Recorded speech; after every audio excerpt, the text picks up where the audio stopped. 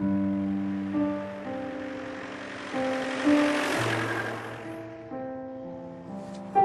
is a bit unnerving, like when you do have all this lot and then all the lorries and everything going past, and the amount of trouble that's been going on.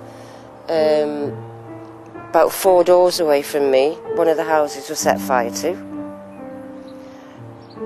Numerous occasions the factory's been set fire to. Well, the JCBs that are coming past, the house rocks. They start at an earthly time in the morning, about 7:30, 8 o'clock.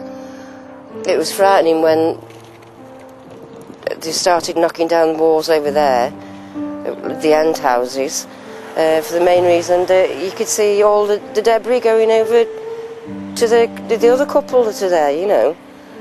There have been yobbos coming round. There's a youth that I saw a few months ago, on my next door neighbour's roof, trying to pinch the lead. There are youths across the road on the factory that have been pinching the tiles.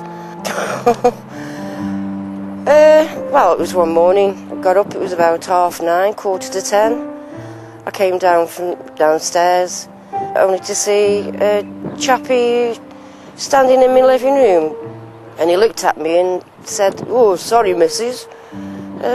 And I was, as I say, a bit flabbergasted, because you didn't expect anyone to be in your house at that time in the morning, or for anyone to be in your house anyway. And he, as I say, he just looked at me and said, "I don't really want to steal nothing off you, missus.